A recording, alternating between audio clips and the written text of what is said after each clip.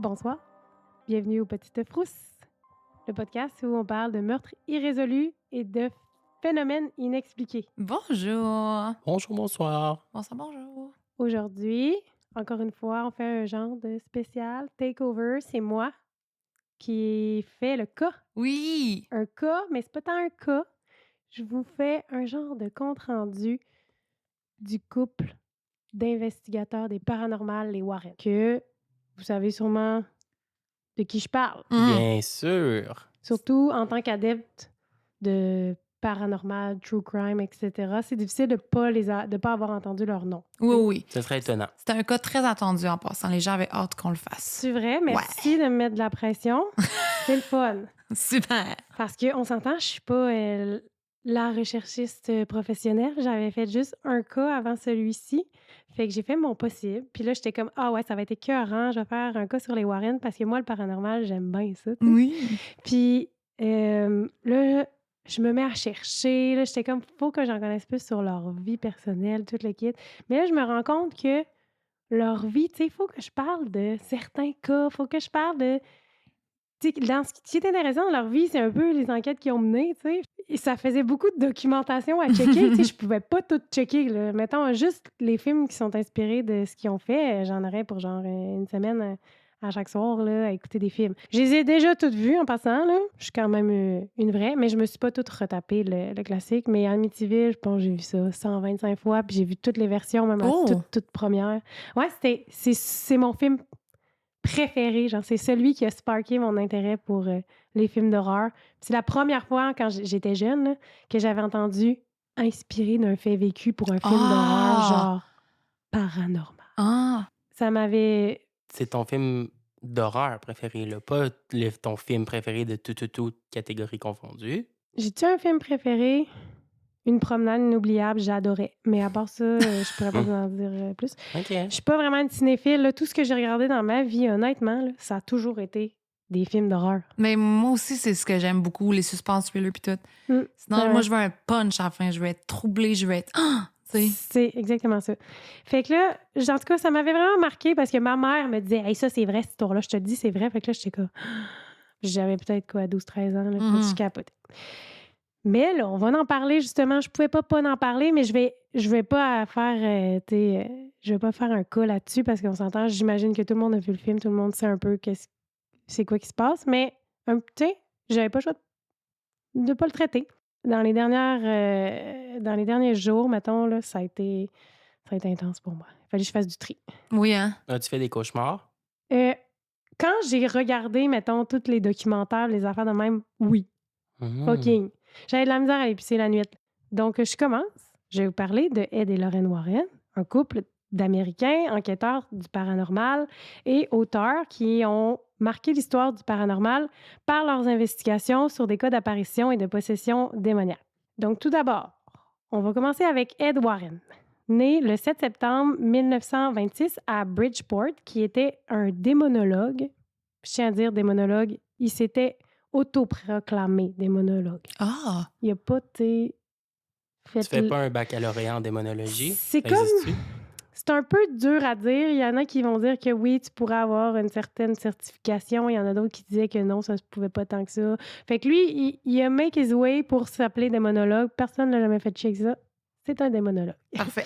Auteur et conférencier autodidacte. Voilà. OK. Ensuite, on a Lorraine Warren, sa femme, qui est née Lorraine Moran le 31 janvier 1927 à Bridgeport, Connecticut, qui était médium et clairvoyante. Oui. OK, fait qu'il y avait pas mal la même âge. Oui. Jusqu'ici, je vous apprends rien, j'imagine. Non, mais il l'avait dit aussi dans le livre que j'ai lu pour Maurice Thériault qu'elle était médium et clairvoyante. Tu sais, c'est comme... Je vous fais juste pour les gens qui, d'un coup, les connaissent. Absolument. Sinon, ce serait impoli. Ensemble, ils ont fondé la New England Society of Psychic Research et enquêté sur des milliers de cas présumés de hantises et d'activités paranormales à travers les États-Unis. Leur cas le plus célèbre inclut la maison des Perrons, qui a inspiré le film Conjuring. Les Perrons. Oui, c'est des Perrons. Je sais, sais rien, des Perrons. L'affaire de la poupée Annabelle, à l'origine du film Annabelle, ainsi que ses suites. Vous avez vu ces films? Je me retrace. Oui, absolument. Je me retrouve. Puis, l'histoire de la famille Lutz, qui a servi de base je dis bien de base, au film Amityville Horror en 1979. Cependant, leur méthode et leurs conclusions ont fait l'objet de critiques de la part des sceptiques et des professionnels du paranormal remettant en question la véracité de certains de leurs cas. En fait, moi, je me suis toujours dit, les Warren, je trouve ça nice, parler de ça, je trouve ça cool. Mais là, toutes les fois que j'en parlais, il y avait tout le temps quelqu'un qui venait me casser les oreilles. C'est des charlatans, c'est des imposteurs. Je ne vise pas Joanie Castillo ici. Fait que là, je me suis dit, ça va être le fun de faire un cas de façon neutre pour voir. Tu sais, moi, j'ai pas d'attente. Je trouve ça nice parce que j'aime les films. Mais est-ce que, tu sais, je m'attends à ce que ce soit vraiment des enquêteurs du paranormal ou genre des fighters du démon? Pas tant que ça, là. Mais si leur carrière est passionnante, est-ce que ce qu'ils ont dit qui est arrivé est vraiment vrai? C'est un autre dossier à part. Je vous laisserai en juger. Ben, c'est ça. Malgré ces controverses, Ed et Lorraine Warren continuent d'être des figures influentes dans le domaine du paranormal. Leur héritage influence encore aujourd'hui les enquêteurs et les amateurs du genre. OK, intéressant. Fait que là, je vais faire un peu un deep dive sur leur histoire. Tout d'abord, Ed prétend avoir vécu dans une maison hantée lui-même. Oui. Et ce, de l'âge de 5 ans jusqu'à 12 ans environ. La petite enfance. Il dit, je le cite, « À plusieurs reprises, j'ai entendu la porte du placard s'ouvrir. Je regardais à l'intérieur, dans le noir, puis une lumière commençait à apparaître. Elle prenait la forme d'un ballon, puis un visage se dessinait, celui d'une vieille dame. Ensuite, le ballon entrait dans la chambre, qui devenait alors glacée. Je pouvais entendre des bruits de pas, une respiration intense. Je me suis toujours dit qu'il y avait une explication logique à tout ça. À 8 ans, il raconte que c'est la première fois où il a entendu parler du démon et d'exorcisme par un prêtre de son quartier. Le prêtre disait à son père, « Tu peux pas croire qu'est-ce qui se passe à 2 rues d'ici. Il y a un homme qui prend la forme d'un porc, qui se met à grogner, puis on va aller faire un exorcisme. » Wow! Fait que, tu sais, faut croire que genre, il a été un peu... Non seulement il a été exposé à ça quand il était jeune, parce qu'il a entendu ce genre de discussion-là entre son père et un prêtre. Est-ce que ça aurait pu lui jouer dans la tête? Puis que c'est ça qui a fait qu'il voyait des choses la nuit? Je pense que ça s'est ancré dans sa tête parce que ça faisait comme partie des choses qu'il avait entendues puis qui avaient été exposées. Mais je me rappelle, il avait parlé, me semble, aussi de ça dans le livre, là. C'était un Harvest là, que j'avais lu. Que ça avait sorti jeune. Puis il me semble l'histoire d'un cochon, ça me dit quelque chose. Oui, c'est ça. Et en tout cas, quant à Lorraine, elle raconte qu'elle pouvait voir une lumière autour des gens, comme une sorte d'aura. Mais elle pensait que tout le monde avait la capacité de voir ces lumières-là aussi. Ah, parce que c'est sa réalité. Oui, c'est ça. Tu sais, quand t'es jeune... Ben oui. Tu penses que... si ça, c'est intéressant, par exemple. quelque chose, tu te remets pas en question, tu te dis, tout le monde, c'est comme ça. Hein? Ouais. Puis là, elle raconte dans une entrevue comment elle s'est rendue compte que c'était pas le cas pour tout le monde. Elle raconte qu'un jour, alors qu'elle était à l'école, il y avait 2 religieuses qui sont arrivées et Lorraine s'est écriée « Regardez les lumières autour de sœur Joseph, comme elles sont brillantes, plus que celles de la sœur supérieure. » Oh my God! Insulte pour la sœur supérieure. Ouais, elle n'a pas dû être contente d'entendre ça. Chris. Les autres personnes ne voyaient pas les lumières. Fait que là, la sœur n'était pas très contente de ses propos, puis elle a dit qu'on parle simplement pas de ces choses-là à l'école. Oh. Fait que clairement... Elle l'a réprimandé. Puis là, elle dit qu'elle, dans le fond, elle n'en avait jamais parlé à ses parents, puis qu'elle avait jamais souhaité être différente des autres. Fait que jusqu'ici, comme dans sa petite enfance, on comprend que c'était pas encore des dons super précis. Elle sentait peut-être plus de choses que la moyenne, mais rien de plus. Puis elle n'était pas super confortable avec ça non plus. Là. Ouais, c'est toi parce que la sœur lui a dit, là. Tu sais, elle n'avait jamais parlé à ses parents. Ça avait l'air d'être mal vu, puis tout. Puis là, on se dit, mais comment ils se sont rencontrés? À 16 ans, Lorraine rencontre pour la première fois Ed dans un cinéma, le Colonial, un cinéma du quartier où Ed travaillait comme placier. Il semblerait que Lorraine avait l'habitude de venir les mercredis soirs avec sa maman pour regarder des films. Avec le temps, ils sont devenus amis à force de se croiser et d'avoir des petites interactions.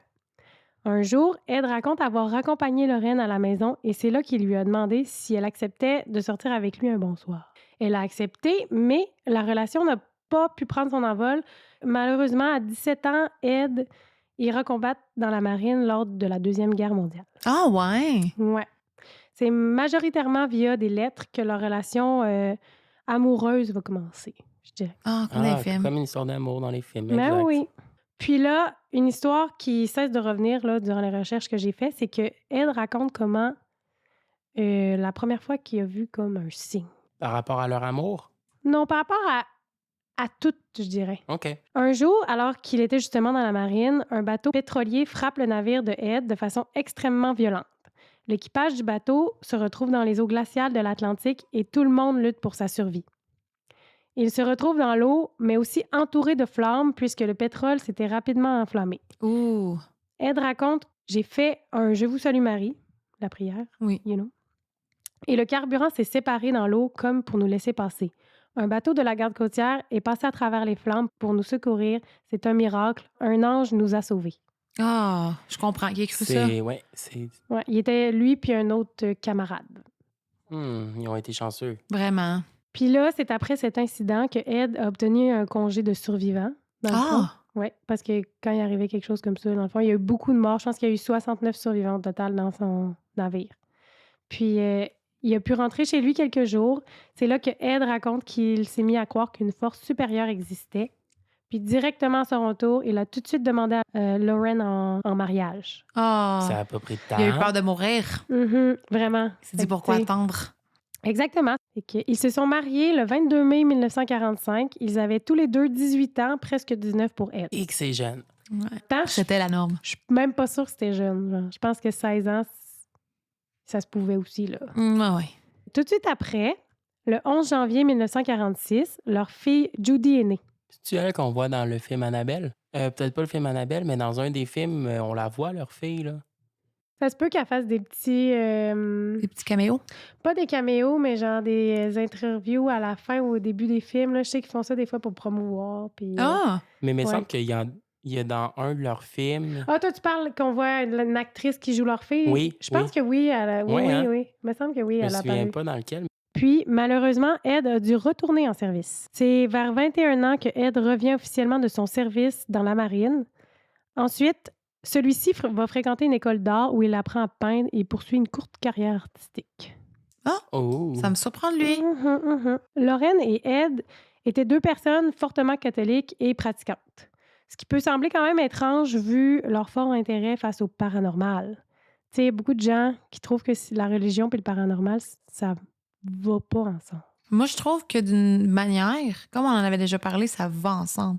Tout à Mais fait. eux... Mais les gens autour d'eux, je pense qu'il y avait comme un peu des préjugés, là, souvent, là, de ce que je comprends. Mais à l'époque, sûrement aussi, là. Fait que là, comment eux, ils expliquaient leur façon de voir les choses, c'était plutôt... Tu sais, c'était intéressant, puis c'est justement, ça m'a fait penser à la discussion qu'on avait eue dans les podcasts précédents, là.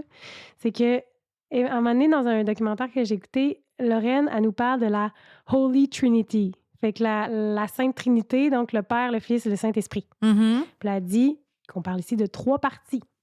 Donc, si tu crois au Père qui est Dieu, au Fils qui est Jésus, ben, t'as pas le choix de croire au Saint-Esprit. Elle dit donc, tu crois aux esprits. Ça fait du sens. Ça fait du sens Le au Saint-Esprit. Mais Ça reste un esprit, ouais. ça reste un esprit. Fait que là, elle a dit, tu sais, you believe in spirit. Ouais. Fait que bref. Je comprends. Je la cite ici. Elle dit, a third of the religions is based on a spirit which you say you don't believe in. Fait que tu dis que tu crois pas aux esprits, mais dans le fond, le 3/4 de ta religion, parce que dans le temps, tu sais, je veux dire, tout le monde était assez religieux, ben, le 3/4 de ta religion est basé sur un esprit. Fait que je trouvais que c'était comme une façon de le voir qui était intéressante. Oui. Puis ça revient à comme, si tu crois au bien, tu crois au mal. Si le mal n'existait pas, est-ce que le bien existerait? Oui. Il y a comme le yin, le yang, quoi. Donc, il était particulièrement entêté à combattre les forces du mal, puis particulièrement le démon. Pour eux, il n'y avait pas vraiment de demi-mesure. Là, de tout ce que j'ai vraiment constaté, l'essence de leur travail, là, c'était le diable. OK. T'sais, eux autres, là, c'était pas un... Il n'y avait pas de cas de fantôme, il n'y avait pas d'esprit malsain. C'était tout le temps genre, t'étais possédé par plusieurs démons, un démon. Ils étaient vraiment axés là-dessus. OK. Puis c'est très, très récurrent. Il n'y a jamais une fois où ils ont dit, c'est juste comme, c'est banal, ou c'est un petit esprit, ou c'est une entité, ou c'est un défunt. Non. The devil. Parce que j'ai vu beaucoup de cas de poltergeist qui avaient fait, puis ils ont encore mis ça sur le dos du démon à chaque fois. Ah, fait ouais? Que, je veux pas généraliser, mais je pense que c'était vraiment au centre de leur recherche. Beaucoup de gens disaient que c'était ça qui les faisait driver. Genre, OK. Ils sont allés sur des cas de poltergeist. Oui. Puis ça n'a pas pris 2 temps, 3 mouvements. Que c'était le diable. que c'était le job. Ah, De bon. ce que j'ai vu, là. Mais tu sais, peut-être que des fois, c'était pas si pire. Fait que là, ils se gardaient une petite gêne. Tu sais, j'imagine que c'est quand même des personnes nuancées, là. J'espère. C'est en visitant des lieux soi-disant hantés que Lorraine se met à avoir ses premières vraies expériences de voyance. Et ce sont les dons de Lorraine qui motivent vraiment Ed à effectuer des recherches sur le paranormal et à vouloir visiter de plus en plus de maisons hantées. Mais comme on le sait, il y a un certain nombre de maisons dites hantées disponibles pour les visites au public. Fait que, tu sais, je pense qu'au début, il courait pas mal les maisons hantées, genre, qui pouvaient aller, ou Ouais. les maisons abandonnées de Ce qui est ce accessible, genre-là. là. Exactement. Puis là, pour avoir accès à des endroits, disons, plus privés, Ed Warren avait élaboré un petit scénario, un petit subterfuge qui semblait bien fonctionner. Fait que là, ça, vous avez peut-être déjà entendu parler de ça. Moi, je l'avais déjà entendu, ce petit truc-là. Justement, vu que Ed était peintre à la base, c'était un artiste. Ouais. Il était à l'école de l'art puis il faisait des toiles. Bien là, il peignait les maisons qui avaient entendu dire qu'il y avait des trucs weird qui se passaient. Fait que là, il les peignait, mais il empirait la situation. Il les mettait creepy avec des ombrages. Des fois, il dessinait genre des fantômes dans les fenêtres. Il mettait ça genre vraiment glauque. Puis là, il envoyait Lorraine cogner à la porte puis dire que son mari avait fait une toile pour eux. Puis immédiatement, les gens les laissaient entrer dans la demeure, puis ils discutaient avec les propriétaires, puis ils nourrissaient leur intérêt du paranormal. Genre, soit ils disaient « Hey, genre, vous avez senti quelque chose », ou soit c'était connu, fait qu'ils disaient « Oh my God », tu sais, là, ça startait une discussion. Fait que souvent, il y avait OK. comme déjà vraiment des manifestations dans la maison. Fait que là, les gens, ça les interpellait encore plus. Oui, c'est ça. Tu sais, c'était pas... c'est qu'ils avaient entendu soit dire par les gens du voisinage « Ah, il se passe quelque chose puis là ». Fait que là, pour avoir un pied dans la porte, c'était un peu comme la façon dont ils faisaient pour rentrer ou créer des fois juste un lien avec le propriétaire pour avoir plus d'informations ou pour que le propriétaire leur demande d'enquêter dans le fond. Ben, c'est une bonne idée. C'est quand même fou que ça ait marché quand même. Parfois, les gens leur demandaient d'aller mener des enquêtes, puis rapidement, le mot s'est passé que le couple était des investigateurs de fantômes. Fait que c'est comme ça qu'au début, ils sont allés chercher un peu... ils ont fait grimper leur CV, tu sais. C'était du bouche à oreille, ils y ont mis les pieds dans la porte, puis... Tu sais, ils sont self-made. On a commencé Marketing. au bas de l'échelle, un peu comme tout le monde. Ouais. Petit à petit, le téléphone commence à sonner chez les Warrens et ils sont ainsi devenus les investigateurs qu'on connaît aujourd'hui. Lorsque le téléphone sonnait et que l'histoire semblait crédible et à une distance raisonnable, directement, ils se déplaçaient. Ce que je trouve fascinant, c'est de savoir que jamais Ed et Lorraine n'auraient demandé d'argent pour leur investigation. Quand même. OK. Je tiens à le dire, mais vous allez voir que peut-être, tu sais, ils étaient futés.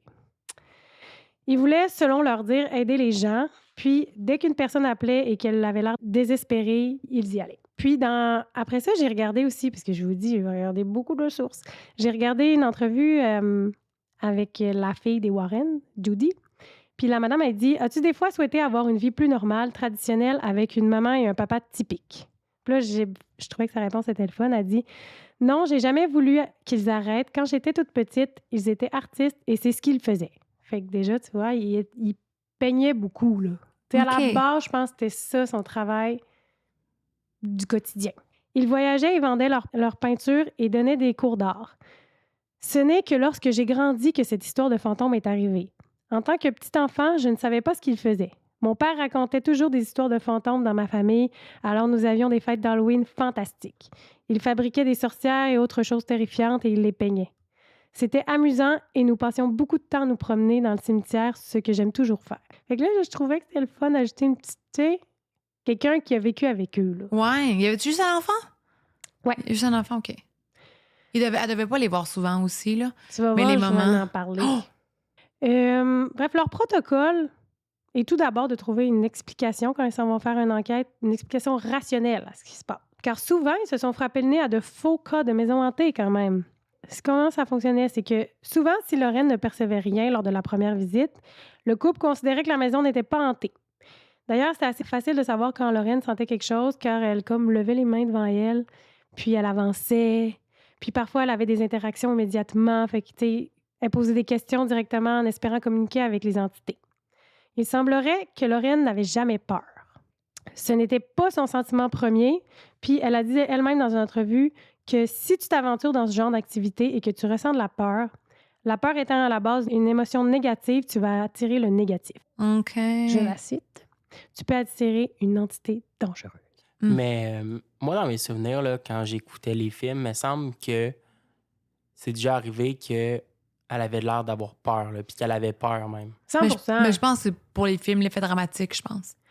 Mais en même temps, elle a été consultante sur plusieurs films qui ont été faits, puis elle guidait beaucoup les acteurs à savoir comment agir, puis tout. Fait que je trouve que ton point est quand Tu sais, même... on la voyait, genre, hurler, genre, pleurer, là, tellement qu'elle avait peur, là, des Mais fois. je pense qu'en général, tu sais, parce qu'ils en ont fait là, des centaines de milliers, là, des maisons, là, je vous jure, là, c'était à tous les jours, probablement, qu'il y allait des fois 2-3 places par jour. Là. Ben Tu sais, le oui. téléphone sonnait sans cesse. Fait qu'à un moment donné, je pense que tu te builds une couenne.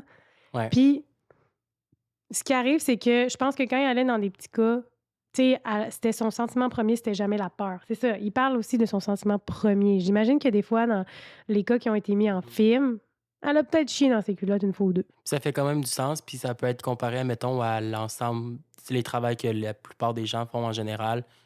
En règle générale, quand tu fais ton travail de base, ça va bien, mais des fois, tu vas pogner un gros dossier, puis tu vas en arracher en tabarouette, puis tu vas genre être au bout de ta vie.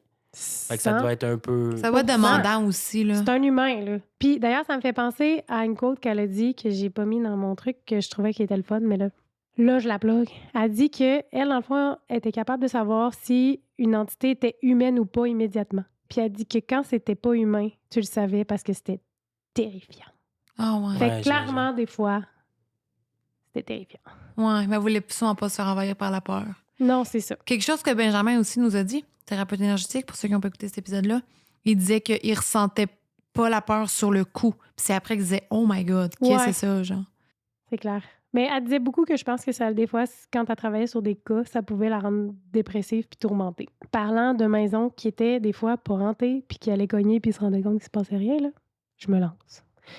J'ai lu qu'autour de la date de sortie du premier film L'Exorciste, les gens se sont mis à téléphoner non-stop et souvent, après avoir fait le tour de la maison et récolté des témoignages, Ed et Lorraine leur disaient « Serait-il possible que vous soyez allés au cinéma dans les derniers jours? » Ah! Là, les gens étaient comme « Wow, vous êtes vraiment une bonne voyante, Madame Warren, vous êtes bonne. » C'est vrai, genre. Puis, Ed souriait du coin de la bouche puis il disait « Seriez-vous allé voir le film L'Exorciste par hasard? » La réponse était toujours « Oui. » Ouais, le monde parano. Fait que bref, durant cette période, ils se sont frappés le nez à plusieurs maisons sans véritable histoire. Les gens étaient juste vraiment nerveux puis se mettaient à entendre les moindres bruits puis craquements dans leur maison. Ouais. Tu sais, ça a été un phénomène, là, ce film-là. Ça l'a terrorisé des gens, là. Même du monde plus vieux, là, à qui tu parles de films d'horreur, genre la mère à mon chum, qui est 60 quelque, là, genre 62. Elle, le film d'horreur, elle pense juste à ça. Là. Oh, ouais, je ma pense mère qu'elle aussi, n'a c'était pas ça. vu d'autres vraiment après celui-ci. Non, je crois pas. Moi, ma mère, elle avait écouté, là. Puis genre, la semaine après, il y avait un mini tremblement de terre, puis elle s'est réveillée le matin parce que son lit tremblait. Elle disait, ça y est, je suis possédée. Mais finalement, non. Imagine! Mais Ouais. c'est vrai, ce film-là aussi... il me Ça semble que marqué. ma mère m'en a déjà parlé aussi, là, qu'elle avait chié dans ses culottes, genre. Ben C'était oui. gros pour l'époque, là. C'était quelque chose, les effets spéciaux et tout. Tout le monde pensait que la fille était vraiment possédée en plus. C'est crazy, Il y oui. a bien du monde. Il y a aussi une rumeur que la fille, elle serait décédée sur le film. En tout cas, Ah, il y t'sais. avait des warnings avant que tu rentres dans les salles de cinéma, puis tout, là, dans le monde avait fait. vomissait. Le monde C'est- sortait de la salle pour vomir. C'est fou!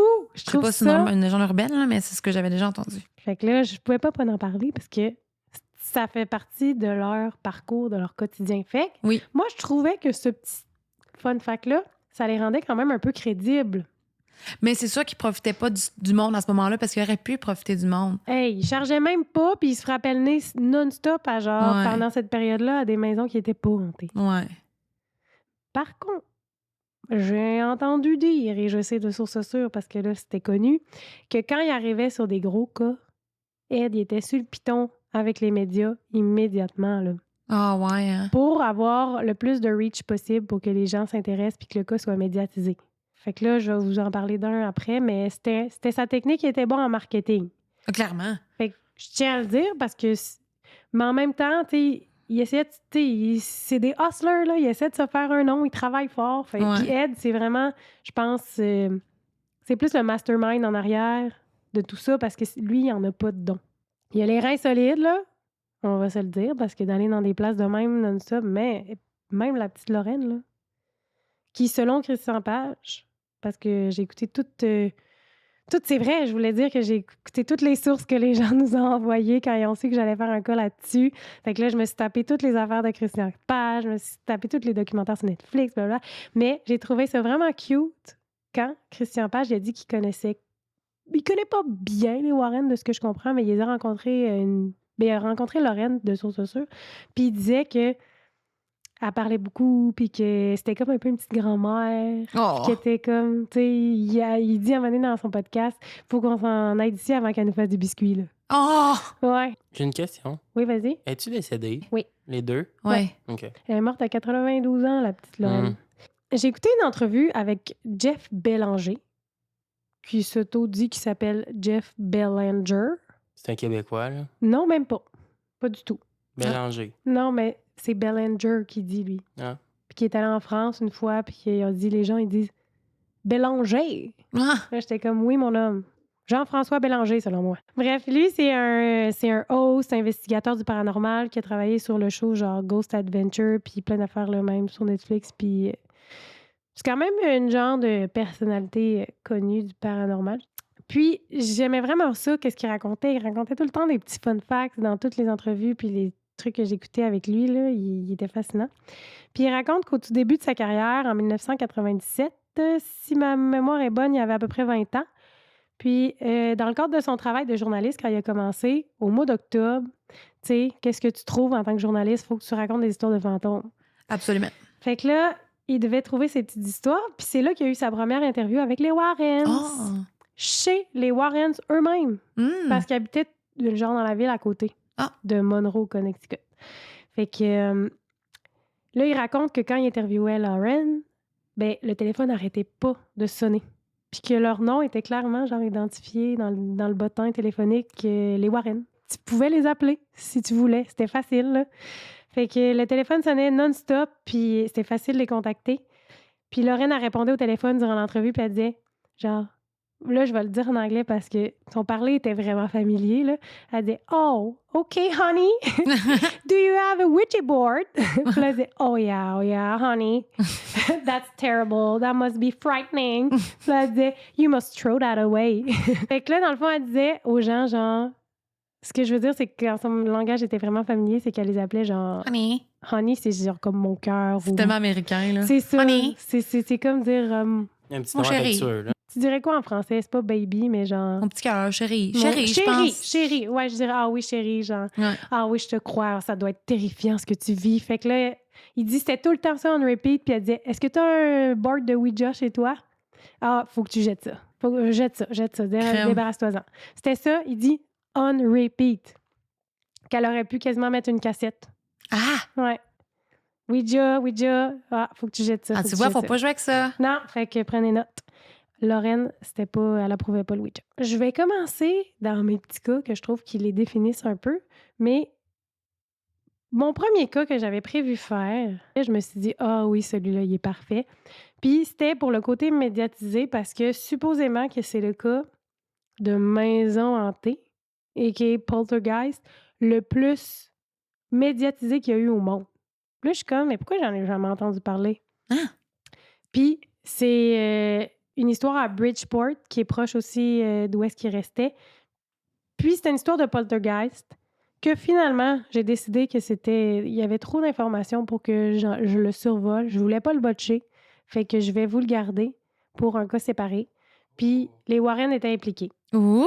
Puis dans le fond, ce que je trouvais qui était pertinent là-dedans, juste pour dire, c'est que il y avait beaucoup, beaucoup de témoins. Je vous dis, là, des centaines de témoins qui ont vu des objets revolés, un frigo revolé dans les airs, tout le kit. Fait que, Aïe. tu sais, c'est un peu comme... Chris, j'ai le goût d'y croire. Ouais, T'sais? hein? Fait que là, j'avais le goût de le mettre, mais je peux pas le botcher. Puis il a jamais été interprété dans un film. Il a jamais été... Non, puis je sais pas trop pourquoi. Je vais juste vous le garder pour plus tard. OK. On s'entend? Je suis très intriguée. Fait que je vais sauter directement, boum, Amityville. Parce que ça, c'est le cas qui les a mis sur la map. Oui. C'est vraiment celui-là qui les a, eux, médiatisés. Puis, je sais qu'il y en a beaucoup d'entre vous qui vont savoir l'histoire d'Amityville, qui ont vu les films, blablabla, mais je vais la résumer rapidement, puis je vais vous dire plein de petits fun facts. OK? En 1974, Ronald DeFeo Jr., 23 ans, assassine brutalement à l'aide d'un fusil calibre 35 les 6 membres de sa famille dans leur maison du 112 Ocean Avenue à Amityville, Long Island. Je pensais pas que c'était à New York. C'est vrai? Ouais. OK. Je pensais que c'était Connecticut, de quelque part de même, Non. là. Non, on sort enfin du Connecticut, hein?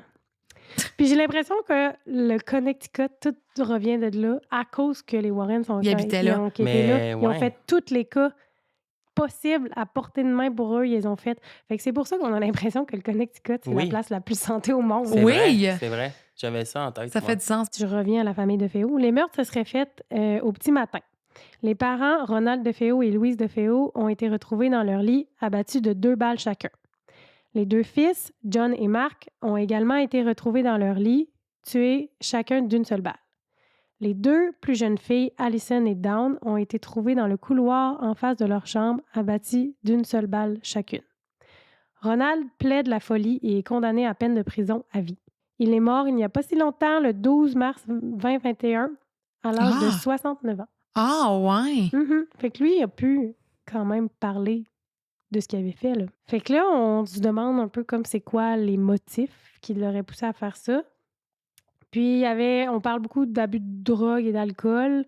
Ronald DeFeo consommait régulièrement de la drogue et de l'alcool et au moment des meurtres, ce qui aurait pu altérer son jugement et sa capacité de contrôler ses actions. Puis d'ailleurs, ce point-là revient souvent, c'est que assassiner sa famille au grand complet avec un fusil, puis ils étaient presque tous couchés dans leur lit. Pourquoi ils se sont pas réveillés? Ben là, ils disent qu'ils auraient possiblement drogué. OK. Ils n'ont pas fait de test à ce moment-là.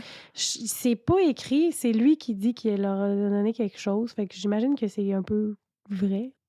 Peut-être, ouais. L'autre motif, il disait le satanisme ou l'influence occulte.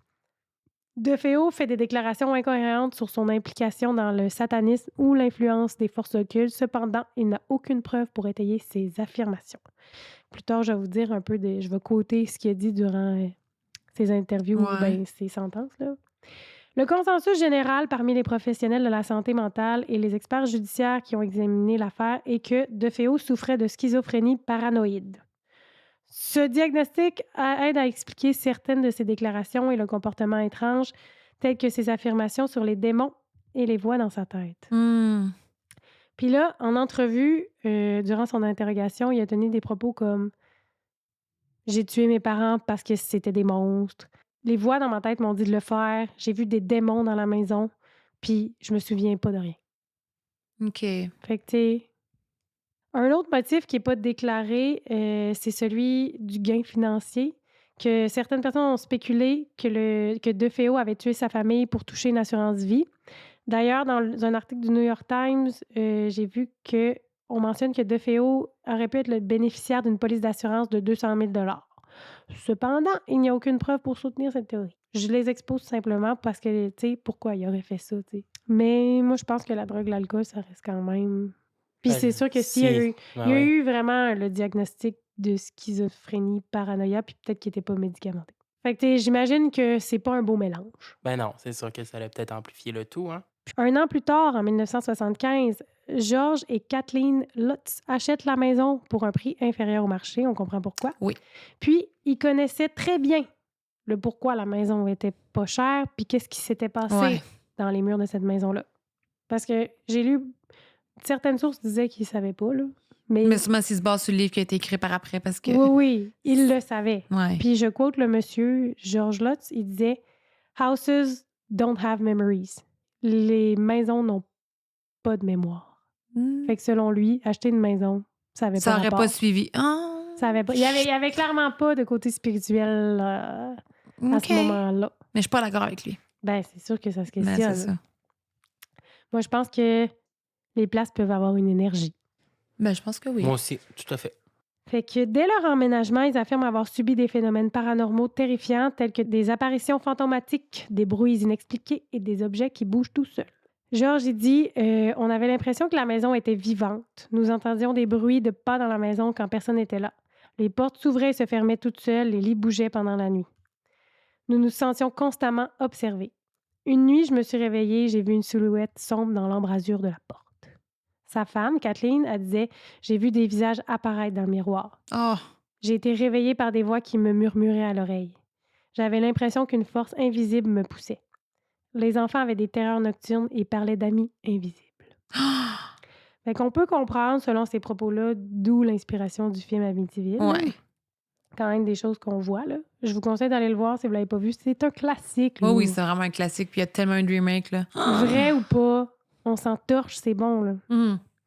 Encore dans une entrevue avec Jeff Bélanger, l'enquêteur du paranormal, qui, lui, il a fait une entrevue complète parce que son deuxième livre de Jeff Bélanger, c'est basé genre sur des entrevues des gens qui ont vécu des trucs, là, puis dont George Lutz, fait que le monsieur de Amityville.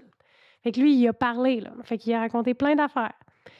Puis, je trouvais ça vraiment le fun. Fait que je vais vous raconter certains trucs que Oui. George Lutz aurait dit. Dans le fond, on dirait que quand George a donné des entrevues one-on-one, il changeait un peu son histoire. Oh, Il bon. la tournait down des fois. Puis quand il était dans des conférences après, qui rapportait du cash, mais c'est Ouais. là que ça montait. Ah, Fait ouais, que son hein? histoire, c'est ça qui est beaucoup critiqué, c'est qu'elle change constamment.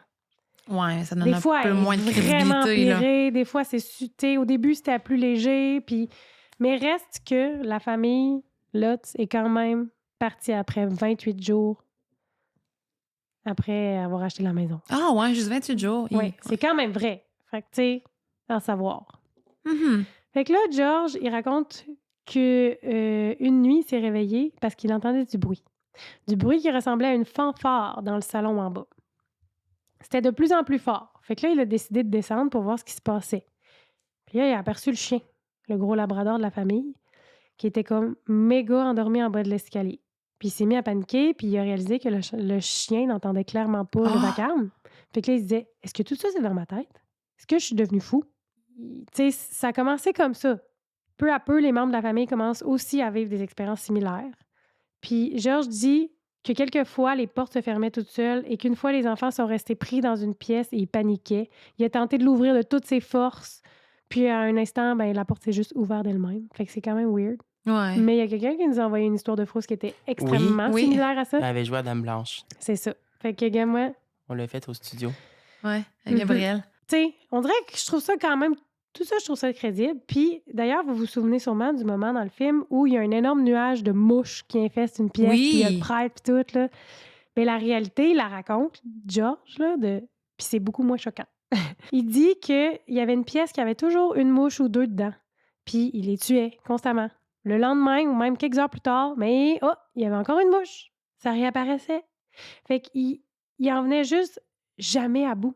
Fait qu'il y avait la pièce à mouche, on va dire. OK, mais c'était pas un nuage de Non, mouches. c'est rien à voir d'un nuage. On parle de Fait- une ou deux mouches. Fait que, tu sais, Ça a été exagéré un petit peu. petite binouche. Mais, tu sais, c'est un film d'horreur. Oh, oui, c'est Peux-tu clair. leur en vouloir? Mais non. C'est pas moi qui vais l'en vouloir. Oh, moi non plus. Fait que, beaucoup moins impressionnant que le nuage de mouches dans le film. Mais bref, tu sais, aucun sang qui coule des murs. Rien de tout ça. Un autre fun fact, c'est que il semblerait que George ait eu une copie du script Amityville avant que ça sorte. Puis il y avait une scène là, dans le film qui est vraiment quand même poignante que, à un moment donné, George lui-même, il prit comme d'une rage meurtrière puis il tue son chien à la hache. Fait que Je me là- souviens pas de ça. Je pense que mon esprit a voulu l'oublier. Ouais, c'est vraiment pas le fun. Puis là, ça a l'air que ça l'a vraiment insulté puis et comme c'est 100% faux, il était furieux parce que le chien, oui, il existe. Tu sais, c'est un peu bizarre de voir son propre personnage à l'écran, j'imagine, là. Toi, t'existes, ton chien existe, c'est ton histoire, c'est ta maison, genre. Mais là, ça dit que t'as tué ton chien, mais ça a l'air que le chien, genre, je veux dire, il est pas mort du tout. Il les a suivis quand ils sont partis de la maison après 28 jours. Aïe, aïe, hein? Puis il est mort à la fin de ses beaux jours avec une belle vie, là. Fausseté. Ouais. Fait que ça l'avait comme Je comprends. choqué. Là, parce que c'est lui qui est incarné. Y avait-tu les mêmes noms? Oui, on gardait les mêmes noms, là. Il Hi. s'appelle George Lutz, là, dans le film. Ça, je trouve ça un peu twisted, mais on s'entend, là, cette famille-là a fait du cash, là, sur ce oui. film-là. Oui, Fait que, oui, tu sais, en tout cas, moi, on dirait que ça me dérange pas que ça soit semi-faux, tu comprends? Mais je peux Ouais. comprendre que quand il te voit en tuer même ton temps, chien, il est comme, est-ce que c'était vraiment worth it de mettre ça dans le film? Sûrement peut-être pas, là. Ouais. Peut-être ça je comprends, ça C'était l'a pour choqué. choquer. Oui, puis c'était pour choquer le public, puis ça l'a choqué lui tout. Ben, c'est ça.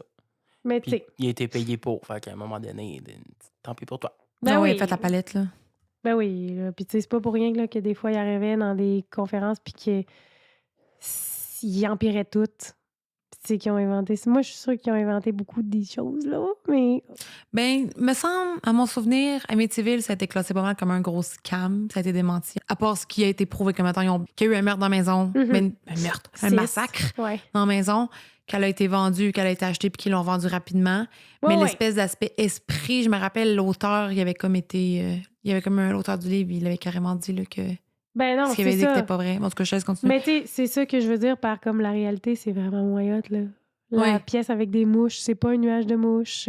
Mais reste que le jeune de la maison, Christopher Lutz, il a quand même dit... Puis lui, il dit que son père a inventé plein de choses après, puis qu'il y avait définitivement beaucoup de choses étranges qui s'étaient passées dans cette maison-là. OK. Puis on s'entend que ça, il y a juste eux autres qui le savent. C'est improuvable, ces choses-là. Je veux dire, c'est fait, c'est trop tard. Mais bref, terrifiés, ils quittent la maison après seulement 28 jours et font appel aux célèbres chasseurs de fantômes Ed et Lorraine Warren. Fait que c'est là que Ed et Lorraine sont allés investiguer.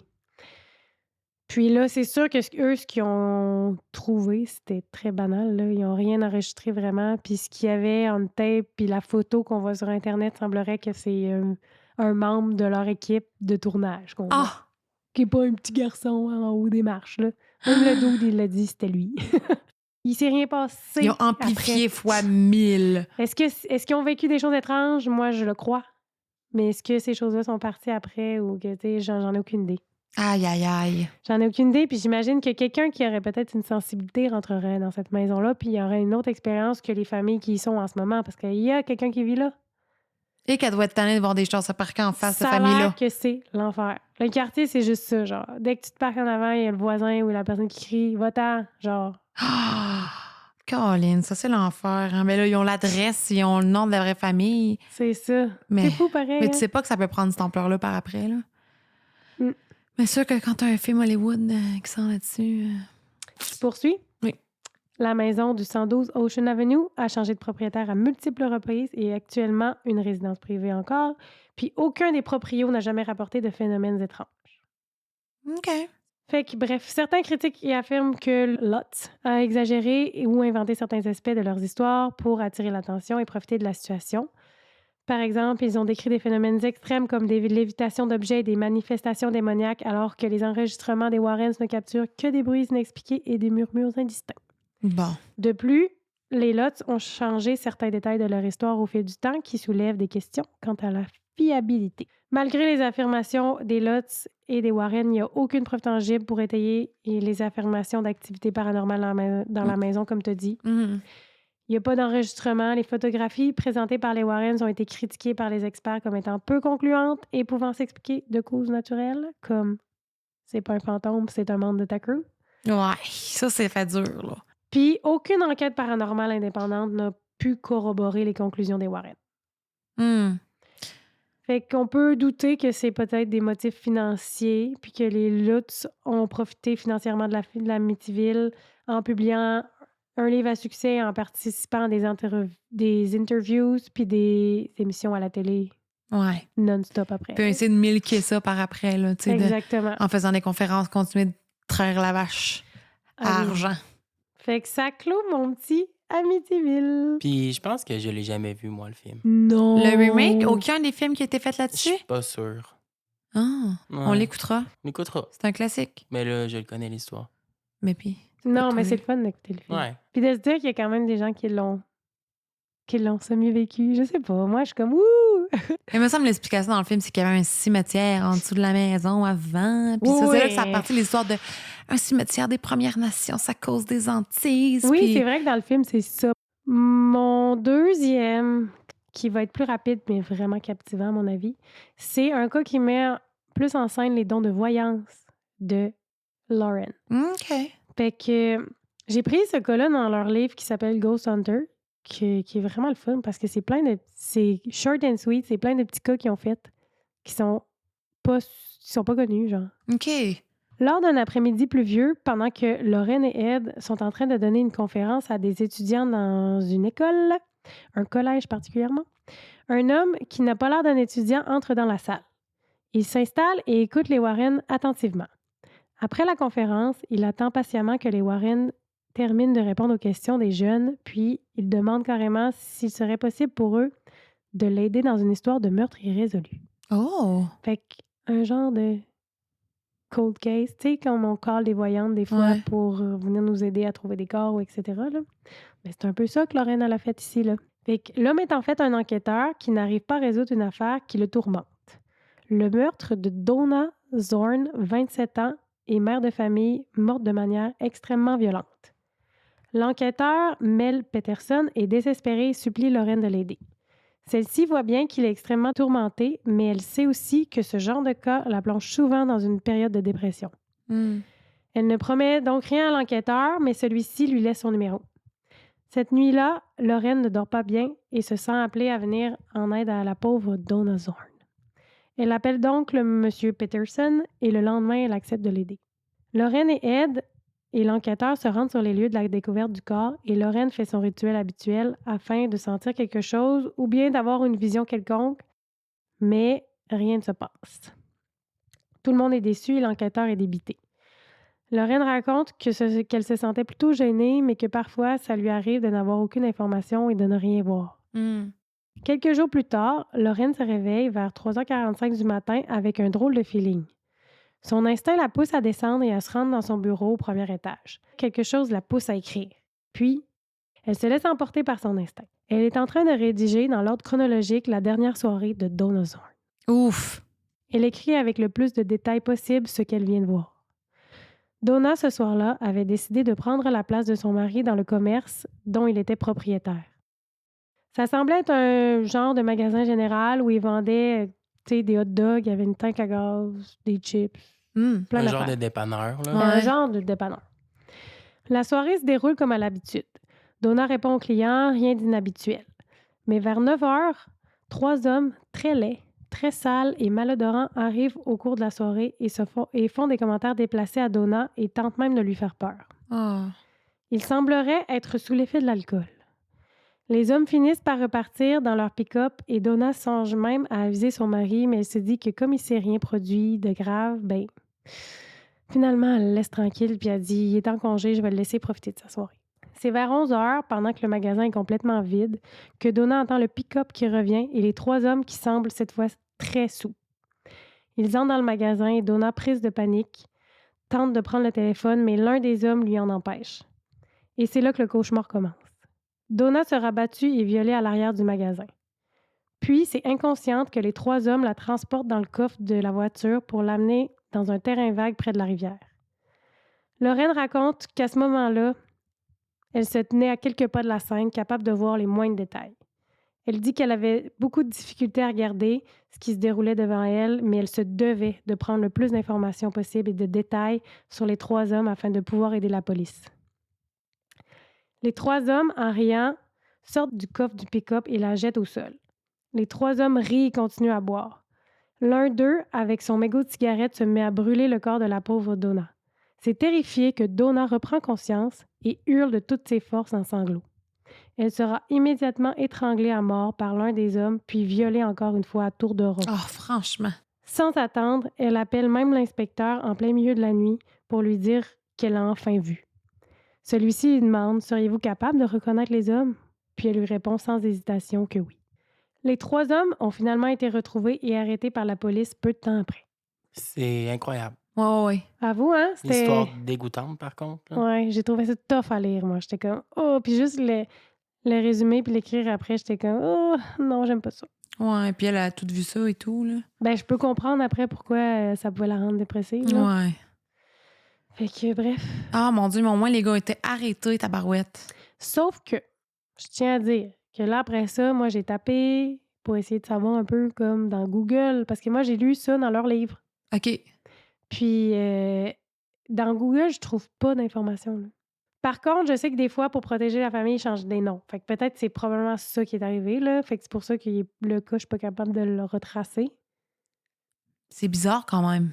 Mais il est marqué dans leur livre que pour protéger les victimes, certains noms ont été changés puis tout. OK. Fait que c'est Mais pour oui, ça, là. c'est ça qu'ils font. Puis même pour le cas de Maurice Thériault, dans le livre, c'était pas nécessairement les mêmes noms. Fait que, tu sais, c'est dur pour moi. J'aurais aimé ça de trouver comme vraiment des Ouais. infos, mais écoute, je sais pas. Mais tu sais, je penserais pas qu'ils ont ben non, je veux pas dire ça, là, je penserais pas qu'ils ont publié de quoi qui serait faux parce que faut quand même, des fois, faut se questionner, faut remettre en question un peu, Oh tu oui. sais, je veux dire, c'est une preuve d'intelligence de se questionner sur savoir, est-ce que c'est vrai, est-ce que ça l'est pas, je sais pas. Je vous dis juste qu'est-ce que j'ai lu dans le livre. Tu l'as vérifié. Puis j'ai Puis, checké avec le nom qu'il y avait écrit dedans, mais comme de fait, il y avait rien, là. OK. Mais je trouvais ça fascinant. Quand même, parce que si c'est vraiment arrivé, puis j'y crois quand même, c'est incroyable. Je pourrais essayer de regarder, mais ça se peut que ça conclue absolument pas. Voir s'il n'y a pas quelqu'un sur Reddit qui aurait trouvé c'est qui. C'est ça. Fait que je vais checker dans mes petits J'ai temps checké libres. sur Reddit. Ah, t'es une vraie. Je suis une vraie, tu sais. Bref, T'es là. je suis là. T'as là. eu ton badge de recherchiste. Fait que mon troisième affaire que je pouvais pas vous parler, c'est Conjuring 3, le Devil's on Trial, que tout le monde m'avait dit de regarder. Le documentaire sur Netflix, Le Diable comme alibi. Moi, j'ai pas regardé ça. Je me souviens pas, moi, mais je pense que oui. Je vais pouvoir le dire après que tu le racontes. En fait, c'est vraiment, c'est que le troisième film de Conjuring, selon plusieurs, c'est le film le plus réaliste qui a été fait. Parce que c'est réellement basé sur une histoire vraie. C'est sûr qu'encore une fois, comme Amityville, c'est très amplifié puis tout, parce que, je veux dire, personne ne voudrait un film s'il se passe pas grand-chose. Tu sais, il y a beaucoup c'est un documentaire qui interviewe comme les 3 garçons, ben pas les 3 garçons, mais tous les membres de la famille qui ont été inclus là-dedans avec toutes des perceptions différentes. Puis il y a des gens qui disent que oui, c'est arrivé, puis il y en a d'autres qui disaient « Ah, moi, j'y crois pas. » OK, Vous ouais. l'écouterez, mais je vais juste vous résumer le vrai cas qui est arrivé, là. OK. Qu'est-ce qui a été médiatisé et tout. C'est l'affaire de possession de David Glatzel, qui, à l'époque, était âgé de seulement 11 ans. David habitait avec sa famille dans une maison à Brookfield, au Connecticut. Il aurait commencé à avoir des manifestations et des comportements étranges et violents. Il a affirmé voir un homme démoniaque qui le terrorisait. Il a commencé à souffrir de douleurs et de crises violentes. Des membres de sa famille ont également signalé des phénomènes paranormaux, comme des objets qui se déplaçaient de manière inexplicable, des manifestations qui ont atteint un point culminant lorsque David a commencé à parler dans de langues étrangères et à réciter des passages de la Bible dans une voix qui n'était pas la sienne. Oh, terrorisant. Et à prétendre être possédé par des forces démoniaques. Pour la sécurité de tous, il fallait qu'un membre de la famille Glatzel reste éveillé pendant la nuit pour réussir à maîtriser David lors de ses crises. Ouf. À bout de ressources, la mère de David contacte Ed et Lauren Warren, les célèbres enquêteurs du paranormal. Il conclut immédiatement qu'une entité démoniaque était impliquée et ont recommandé des exorcismes pour libérer David de son emprise. Fait que jusqu'ici, encore une fois, ils ont mis ça sur le dos du diable. Lors d'une des séances d'exorcisme, David aurait été proie à des convulsions violentes et à des paroles obscènes en langues étranges. C'est là que le petit ami de la grande sœur de David, Arnie Cheyenne Johnson, 19 ans, aurait provoqué le démon. Il a fait une sorte de pacte avec le diable. Il lui a crié de s'attaquer à lui plutôt qu'au petit David. Puis à partir de ce moment-là, il aurait commencé à vivre lui aussi de drôles de choses. Et mauvaise idée. Fait qu'il a dit « Attaque-toi à moi plutôt qu'au petit, dans le fond. Tu provoques jamais le démon. » C'est un peu comme dans ton cas de Maurice Thériault, genre... Qu'est-ce qu'il a dit? Il a Ouais, dit c'est genre, j'aimerais mieux... Travailler pour le diable Que pour toi, en parlant à son père. Il l'a appelé. Mais ça me dit quelque chose. Je pense que je l'ai vu. Mais c'est le 16 février 81 que le démon va réellement frapper. Ce matin-là, Arnie décide de ne pas aller travailler et va rejoindre sa copine Debbie, qui est alors avec Alan Bono, qui est à la fois son employeur et son proprio de logement que Debbie et Arnie habitent. Le groupe se rend au resto et on raconte qu'Alan Bono aurait bu énormément de vin. Debbie connaissait bien Alan et a suggéré de retourner chez lui pour finir la soirée pour qu'il puisse dégriser en toute sécurité. Il était du genre à boire beaucoup puis à passer sur un divan selon plusieurs sources. Peu de temps après, les deux hommes se chicanent violemment, puis Debbie raconte que Arnie a complètement comme snap out. Il a viré de tour. Arnie Johnson fut pris d'une folie meurtrière et poignarda plusieurs fois Alan Bono. Il s'agissait du tout premier meurtre dans les 193 ans d'histoire de la ville de Brookfield. Aïe, aïe, aïe. Quand même, il a brisé le strike de 193 ans. L'affaire a été portée devant les tribunaux dans ce qui est souvent considéré comme le premier procès aux États-Unis où la défense a tenté d'utiliser la possession démoniaque comme argument. Ah, là, ça me dit de quoi, là? Mhm. Ah, là, j'arrive, là. L'avocat de Arnie, Martin Minella, accompagné des Warren, parle, parce que les Warren sont arrivés, tu sais, puis c'est eux qui ont fait les soi-disant exorcismes.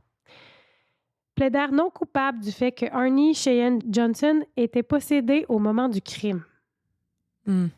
Cependant, le juge Robert Callahan rejette cette ligne de défense sur le champ, du fait qu'il était impossible de prouver une possession dans un tribunal. L'avocat a même menacé de ramener à la barre les prêtres qui ont exorcisé David Glatzel, ainsi que d'autres spécialistes étrangers qui avaient été confrontés à des faits similaires, mais au grand malheur des Warren, il n'en fut rien. Le juge a fait « Je prends pas ça, c'est pas valide. C'est pas valide, je veux rien savoir. » N'importe qui à ce stade-ci, si tu décides que ça, c'est une ligne de défense, n'importe qui peut dire « Ben, j'étais possédé. » Comme des fois, on voit ça aussi, on voit que la thèse de la folie. Exactement. Dans certains cas, pour que... C'est très, très similaire à la folie, là, on s'entend, là. C'est juste une autre version un peu plus trash. Puis ça faisait carburer Ed Warren. Dans le film, on voit vraiment qu'ils ont poussé pour que ça soit ça. Puis que, tu sais, dans le film, c'est pas du tout... Dans Conjuring 3, c'est pas du tout de même que ça se passe, là. Il y a un réel débat. Le juge accepte cette ligne de défense-là, là. Ça se rend. T'sais. Tandis que là, c'est pas arrivé pantoute. Ils font, c'est ça, pour moi, c'est pas valide. T'sais, tandis que dans le film, c'est comme, oui, c'est valable. Le démon peut aller en cours. Je trouve que Ça n'est pas de ton juge, là, mais tu sais... D'un côté moral, je trouve que c'est un peu... Ça n'a pas vraiment bon sens. Mais le fait que les Warren les ont poussés à aller vers ça, c'est un peu pour créer... Tu sais, je veux dire, c'est pour créer un peu de la... Oui, faire de la mousse, puis c'est ça, là. prouver que ça existe. Parce Exactement. que là, si légalement ça fonctionne, bien là, ça prouve leur point. C'est leur au nom de la loi, c'est ça. Qui serait mené à terme un peu. Absolument. Là. Fait que bref. Dans un article du Time Magazine, on découvre que les Warren avaient engagé un auteur, Gerald Brittle, pour écrire l'histoire de David et Arnie. Ed disait à l'auteur « Make it scary ». Genre, fais en sorte que ce soit épeurant. Puis il semblerait que Gerald lui ait répondu « Ouais, mais j'ai parlé avec la famille puis il disait que certaines choses sont pas vraiment arrivées, tu sais. » Puis là, Ed lui aurait répondu « Make it scary, people come to us, they buy scary. » Fait que, fais ça épeurant, les gens viennent nous voir parce qu'ils achètent l'épeurance. L'épeurance, OK? Fait que le livre de Gerald, de Devil in Connecticut, paru en 1883, le livre qui a inspiré le film de Conjuring, The Devil Made Me Do It, on apprend que les parents de David ont reçu 4 500 $ pour les droits de leur histoire, mais que les Warren, eux, auraient eu 81 000 $. Beau chèque. En 1983? Oui. Wow. Fait que dans le docu Netflix, David lui-même, le petit gars de 11 ans là, qui avait vécu la possession, dit que « Lorraine m'a dit que je serais un petit garçon très riche en acceptant ce contrat de livre. Mais c'était un mensonge. Les Warren ont fait beaucoup d'argent sur notre dos. S'ils avaient l'opportunité de faire du profit, ils le faisaient. » Oh! OK. Mais je tiens à dire que le petit David, lui, à ce jour, pense encore que possiblement, il a vraiment été possédé, là. Puis, il y a une autre affaire, là. C'est qu'à la fin du documentaire, un des fils, qui lui est très sceptique, il dit que quand sa mère est morte, il a vu dans ses choses une note qui disait « Ce soir, toute la famille a eu sa médication, puis ça s'est bien passé, genre. » Puis bref, il y aurait... Quoi? Ouais, il y aurait comme une histoire que la mère de famille leur donnait du Sominex, là, qui est comme un affaire pour dormir, là. Puis qu'au fil du temps, ce médicament-là, ça pourrait te créer des hallucinations, puis bref, des trucs. Arrête! Fait que ça pourrait, là, ce petit 30 secondes-là du documentaire pourrait expliquer un peu. Tout. Oh, mon Dieu! Ouais. Ils sont pas étalés là-dessus, mais tabarouette, ça serait... Je tiens à ce que ce soit dit. Je vais l'écouter, le truc, c'est sûr. Ouais. Fait que ça fait un peu le tour pour mon truc Conjuring 3. C'est un peu plus, oh là là, on commence à douter de leurs intentions. Ils pouvaient bien pas charger le monde au début. Mais je vais vous dire, moi, qu'est-ce que Il je achetait comme les droits, dans le sens. faisais de l'argent ailleurs. Ouais, c'est ça. C'est pas des cas. Puis là, je vais vous dire une affaire qui n'est...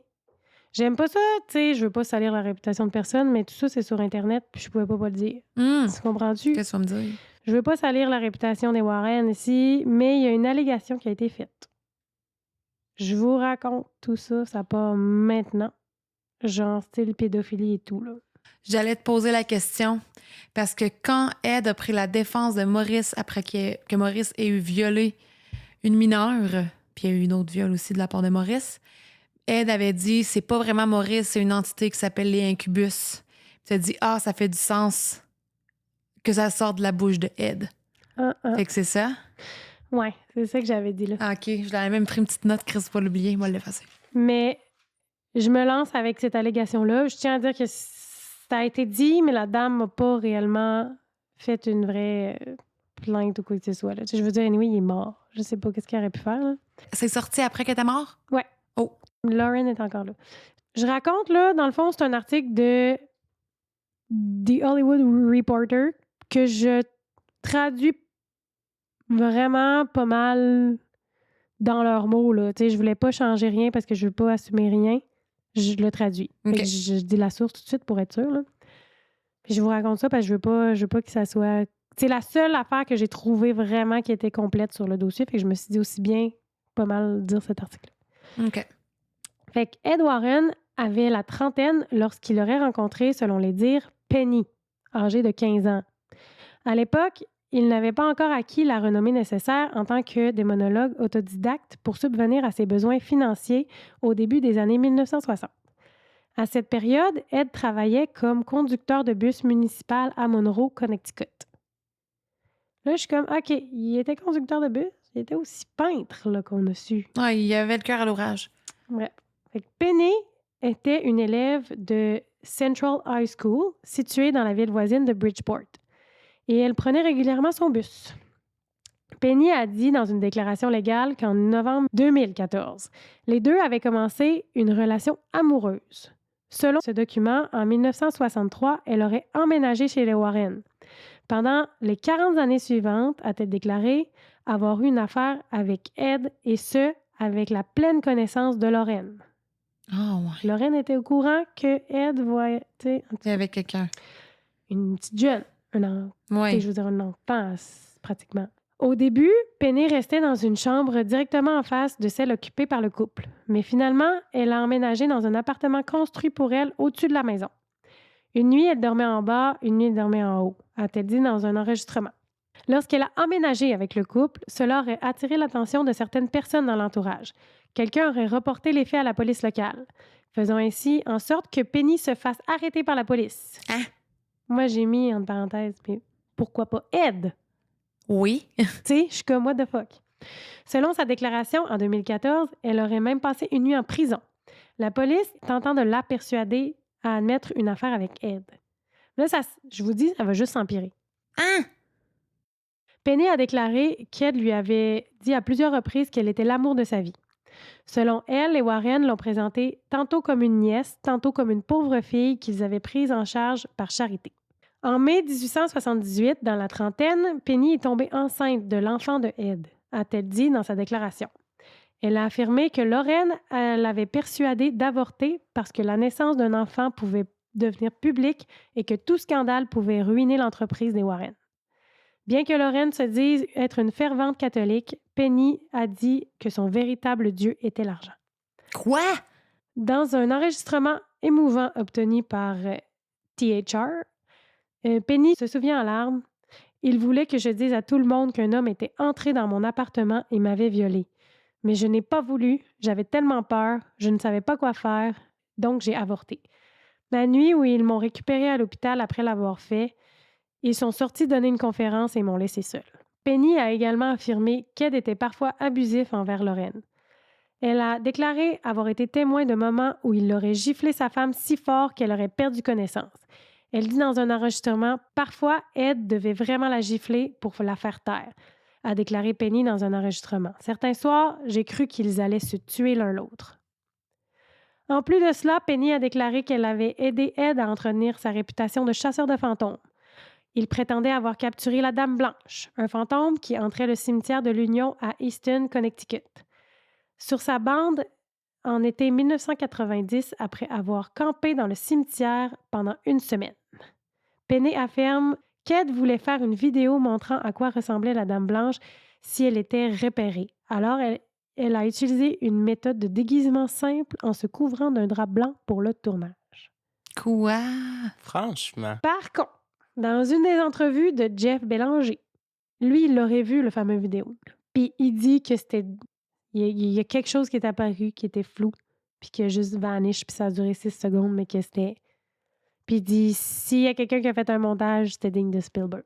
Je peux rien dire qu'est-ce qui est vrai, qu'est-ce qui est pas vrai. Ouais, moi, puis la vidéo est pas publique, j'imagine. La vidéo est pas... Non, il est pas public. Maudit. Je pense qu'il y a des petites photos sur Internet, mais j'arrivais pas à savoir si c'était vrai ou si c'était des gens qui les avaient faites. Puis là, j'étais comme... L'avocat de Lorraine, M. Barkin, dit à THR que Judy et Tony Spera, donc Judy la fille et le gendre des Warrens, n'ont jamais été témoins d'aucun des comportements présumés au cours des décennies passées avec Ed et Lorraine et Penney. Les Warren ont ouvert leur maison à Mme Penney lorsqu'elle avait 18 ans et n'avait nulle part d'autre où vivre après une enfance de négligence, écrit Barkin dans un email. Pendant une grande partie de leur carrière, Ed et Lorraine étaient sur la route, travaillaient sur des affaires et donnaient des conférences. Et Mme Penney vivait et surveillait leur maison. Ils affirment également que Penney avait un petit ami de longue date pendant une grande partie de cette période, avec qui elle s'est finalement mariée et que le couple passait des vacances avec leur famille. Dans une entrevue, la fille des Warren dit, qui n'a pas rapport avec ça d'ailleurs, elle dit « Tout d'abord, j'ai vécu avec mes grands-parents, comme ils voyageaient beaucoup, ses parents, Ed et Lorraine, et que je devais aller à l'école, j'ai vécu avec eux brièvement. J'avais peur là-bas dans leur maison, donc je n'y dormais tout simplement pas. Je ne pouvais pas dormir dans une chambre toute seule. Dans l'espèce de saga, Judy a dit ne jamais avoir été témoin d'une telle chose. Je pense qu'elle n'aurait jamais été témoin, anyway. Et elle vivait pas là, la belle Judy. Il n'y a personne pour prouver rien à rien là-dedans, puis elle n'a pas finalement mené ça plus loin. Un coup décédé trop tard pour qu'elle fasse qu'elle entreprenne des recours pour une poursuite, il est décédé. Mais peut-être le fait qu'il est décédé, ben, elle a dit je peux en parler, j'ai pas peur des répercussions parce qu'il y a plus d'argent que moi. Tout à fait possible. Fait qu'on peut vraiment pas se prononcer là-dessus. Mais ils ont jamais nié le fait. Oui, c'est parfait qu'on le sache parce que moi, j'aurais jamais su ça. Mais les Warren, dans le fond, ont pas nié le fait qu'elle a habité avec eux à leur appartement, peu importe. Au 2e étage, c'est elle qui surveillait la maison, puis elle faisait même du secrétariat, genre. OK. Mais les Warren, ça, c'est vrai qu'ils étaient jamais chez eux. Oui. C'est juste à garder. Sur combien d'années qu'elle aurait resté là? 40 ans. Fait que d'une manière, c'était quasiment leur employé. Oui. Mais d'un sens, ça me surprendrait pas que Ed puis Lorraine Warren, c'était pas un mariage d'amour vers la fin, puis c'était plus là, on est des partenaires dans une business. C'est ça. Puis il y a un gars producteur des films de Conjuring qui, lui, disait qu'il avait... Tu sais, il avait su ça, puis il était comme, ben là, je veux pas produire les films, c'est faux, genre, c'est faux qu'est-ce qui a été dit, puis là... Mais ça n'a pas vraiment, tu sais, je veux dire, ça a fait un petit peu de remous, mais on n'a pas entendu parler. Et moi, j'ai jamais entendu parler de ça. Tu sais, moi, il y a un côté que comme, s'ils n'étaient pas vraiment un couple heureux, j'en ai rien à battre, là. Dans leur vie personnelle, ça allait... Puis dans les films, ils peuvent bien être un couple heureux. Ben oui. Tu sais, je veux dire, ça change quoi? Ça reste, comme on a dit, tout est amplifié, puis ça reste une œuvre de fiction basée sur quelque chose de vrai. Ben, c'est ça. Basé. Soit un couple heureux ou pas, ça, je m'en fous. Par contre, si c'était un violeur, c'est une autre histoire. Oh oui. On le saura jamais. On le saura jamais, malheureusement. On cautionne pas ça, là. Ben, peut-être si on avait comme des records de son avortement, on pourrait prouver quelques effets. En tout cas, je sais pas. Mais c'est pas aller plus loin. Mais encore là, on saurait pas si c'était vraiment, tu sais, lui. En effet. Ce qui met fin à mes dernières histoires pas mal. Lorraine, elle, n'a jamais voulu prendre sa retraite. Elle disait qu'elle serait toujours là jusqu'à ce que sa santé lui permette. Puis selon elle, le démon sera toujours là pour tenter. Elle est décédée le 18 avril 2019. Ça fait pas longtemps, à 92 ans. Puis Ed, lui? Ben, Ed, lui, il meurt le 26 août 2006. Ah, mon Dieu, fait qu'elle a été un bon bout, là, petite ouais, mère. quand même, oui. Puis là, dans le fond, c'est que justement, quand elle s'est ramassée seule, ben Lorraine, elle a été consultante sur les plateaux de tournage de Conjuring, puis elle guidait beaucoup les acteurs, comme j'avais dit, dans leur jeu. Puis d'ailleurs, on la voit dans un des films, elle fait un petit caméo. Oui, je me rappelle. Moi, je m'en souviens, je me souviens. Puis elle est comme dans la foule, puis Oui. les acteurs jouent Ed et Lorraine dans leur conférence, puis elle a fait partie de la foule. Je trouve ça nice. Ouais, vraiment. Là, je pouvais pas finir sans parler du musée de l'occulte. Oui! Parce que c'est partie intégrante de tout ce qui entoure les Warren. Là. Fait que le musée de l'occulte des Warren, si vous le saviez pas, est situé à Monroe, dans le Connecticut, abrite une collection d'objets prétendument hantés et paranormaux amassés par les Warren lors de leurs enquêtes. Ils disaient que c'était pour protéger la société. Donc, le musée a été ouvert au public en 1974 par Ed et Lorraine et était dans le sous-sol de leur maison. Parmi les objets les plus célèbres du musée figure la poupée Annabelle, que ça, les gens, ça leur venait quasiment que pour Annabelle. C'est vrai qu'il est arrivé des choses à des gens qui ont vu la poupée Annabelle là-bas, elle est dans un espèce de petit enclos de verre. Oui. Puis quelqu'un qui a dit « Ah, crise de conne, je sais pas trop y insulter la poupée Annabelle, puis il n'y a pas un accident de char en partant. Ou de moto. Sais. T'allais-tu le dire? Non, mais OK. non, j'aime ça. J'ai fini hier soir, puis j'avais plus de temps, mais je savais qu'il était arrivé ça, mais je voulais pas relater quelque chose qui était pas parfait. Fait que là, j'étais comme, je sais plus qu'est-ce qui est arrivé au gars. Mais j'ai dit Regarde, me semble que c'est de quoi de même. Bref, oui. Puis, le musée était ouvert au grand public sur rendez-vous puis proposait des visites guidées. Oh, Ça, wow. si vous voulez aller voir, c'est sur YouTube. Tu peux faire une petite visite là, sur YouTube. Là. C'est vraiment hot. Puis, il y avait une consigne claire. Tu ne touches à rien. Ben là, c'est Tout clair. ça, c'est hanté. Fait qu'il y a plein d'histoires autour des gens qui ont ri de la poupée Annabelle, entre autres, puis qui étaient arrivés des malheurs. Oui. Je peux aller plus loin, tu vois. Fait que, puis ça a l'air qu'il y avait un prêtre qui venait fréquemment pour bénir les lieux. J'espère. Puis là, Lauren a dit « to keep things quiet Ouais, pour elle, ça devait être intense, ». hein? Pour garder les entités tranquilles. Puis il venait, tu sais, vraiment souvent là à s'assurer qu'il n'y a rien qui... ça me terrorise. C'est complètement fou que c'est dans leur maison.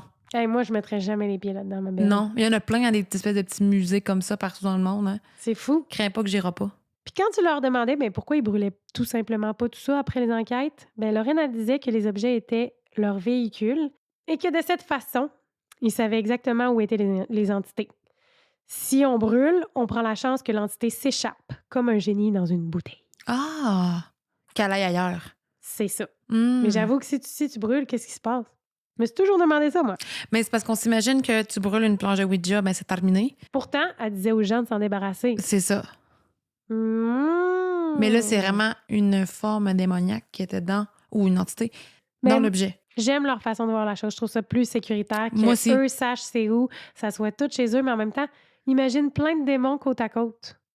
C'est vrai, ils font des peuvent plans. se craquer. Ah oui, c'est vrai. Je viens juste de penser à ça. Fait que là, le musée est maintenant fermé. Puis ça a été donné au gendre, Monsieur Tony Spera. Ah ouais, c'est lui qui rentre avec C'est ça? lui là, qui s'occupe de ça. C'est lui qui est la relève là, des Warrens en ce moment. Il donne des conférences puis tout. Le musée, à la base, il est fermé aussi parce qu'il n'y avait pas le droit de zonage. Mais là, les Warren disaient qu'ils ne pouvaient pas déplacer le musée parce qu'ils ne pouvaient pas déplacer Annabelle. Ah ouais? Ouais, c'était ça leur affaire. Ils disaient que si tu déplaçais Annabelle, tu chiais tout ça. Mais le gendre, justement, des Warren, Tony Spera, l'a pourtant déplacé lors de conventions. Il l'a emmené avec lui, genre. Ouais. Mais là... Mais moi, je me suis toujours demandé, sans savoir ça, là, je pensais que qu'est-ce qui amenait aux conventions, c'était pas la vraie, nécessairement. En vrai, j'y C'est croyais peut-être pas. ça aussi. J'étais comme, tu touches pas à ça, man. Tu touches pas à ça. T'en sors pas? T'as pas les balles de sortir ça de là, là. Mais Ew. écoute, supposément que lui, il a attiré les gens en disant qu'il a amené la vraie Annabelle au Ah, conventions. c'est clair qu'il a tiré les gens avec ça. C'est ça. Puis, il y avait une rumeur à un moment donné, là, parce que moi, je me souviens d'une couple d'années, j'avais checké, était où Annabelle, j'avais écouté le film. Puis là, il disait que la poupée s'était enfuie. Il y a une rumeur sur, genre, tu sais, ça circulait que, Elle a foutu le que camp. Annabelle était partie du musée, puis que l'Internet s'était inflammé, puis j'étais comme... Oh! Puis, Puis finalement... non, c'était pas vrai. Ah, elle avait pas criss-crass son camp. Non, c'était pas vrai. Puis le monsieur, là, il avait fait un post, là, puis il avait dit « Annabelle est bien là », puis il avait pris en photo, puis il avait dit « c'est fake », tout ce qu'il se dit. Fait que bref. La grande majorité, par contre, ça, c'est nulle part sur Internet. J'ai pogné ça, justement, monsieur Mélanger, là. Jeff. Ouais. Puis il dit que la majorité des articles qui étaient dans le musée, ils ont tous été vendus aux enchères, la majorité. Pas les articles. Ah, les items. Les items, OK. ouais, qui ont été récoltés dans le musée, là. Aujourd'hui, il en reste presque plus. Ils Là. ont été vendus sur Marketplace. Ils ont été... Même sur eBay, tu peux voir genre The Real Annabelle, mais c'est sûr, c'est pas la vraie. Là. Mais tu sais, là, elle a un propriétaire, puis le monsieur, il dit son nom, mais... En tout cas, je sais pas, je me souviens plus. Je l'ai dit trop vite. Là. J'ai fait... Ah. Fait qu'il y a quelqu'un qui est propriétaire en ce moment d'Annabelle, puis c'est pas les Warren, puis c'est pas leur gendre. C'est lui qui possède le démon. C'est pas le démon qui le possède. Exact. J'espère qu'il la laisse dans sa boîte. Chris, oui, tu juges pas. Mais je vais terminer. Je finis. Avec deux petites quotes. Là, Ah ouais, donc. Une qui est dans l'entrevue justement avec la fille des Warren.